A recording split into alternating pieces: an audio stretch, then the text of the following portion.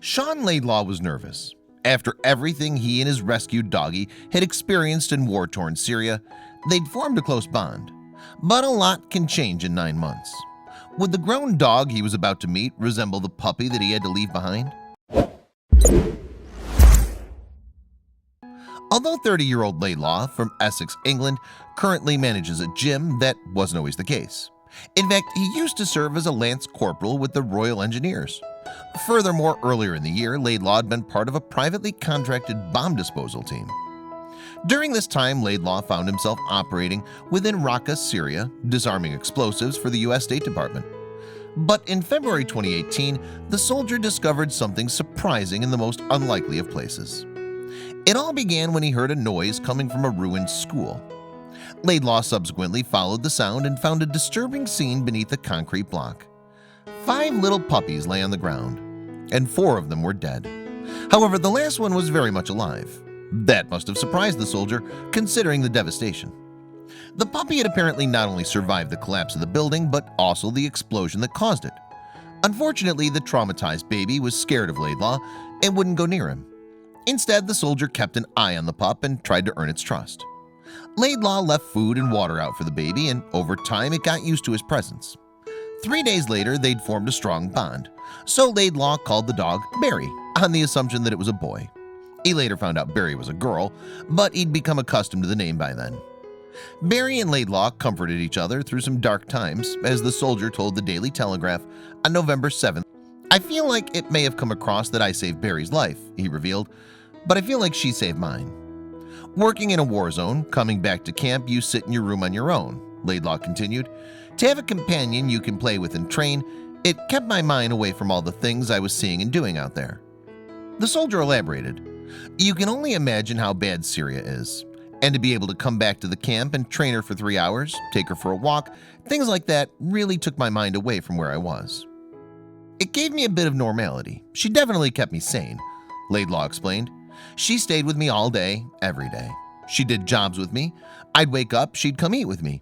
She'd then sit in the passenger seat of my car when we drove to Raqqa."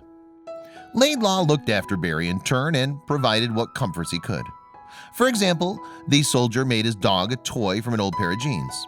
He even used the material from a bulletproof vest to create Barry a harness for their walks. Laidlaw and Barry were inseparable for 2 months. But in April 2018, the soldier took a trip home.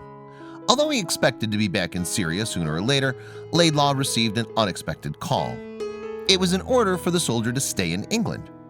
Laidlaw described what happened to UK newspaper The Sun. He said, "I thought there might be a security issue, but then I got a call that night saying the contract is canceled and that everyone's being sent back home." The soldier's immediate thought was for Barry, so he rang a charity called War Paws.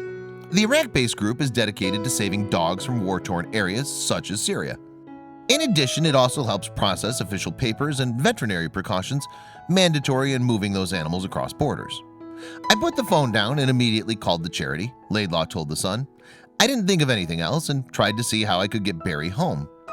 He couldn't face the thought of living without his best friend. However, the transfer took longer than Laidlaw had hoped. After the dog's vaccinations, required quarantine, and a few bumps in the road, 7 months had passed. But after what must have seemed like a lifetime for Laidlaw, the day finally came for him and Barry to be reunited. In fact, Laidlaw traveled to Paris to collect Barry from War Paws. Despite his excitement, though, Laidlaw had his reservations. "One of my biggest fears was that she wouldn't recognize who I was," he told the Daily Telegraph, "or that she'd be a different dog to the girl I left." But he needn't have worried. As recorded footage of their reunion reveals, Barry remembered Laidlaw. The two had a touching reunion full of emotion and lots of belly rubs for Barry.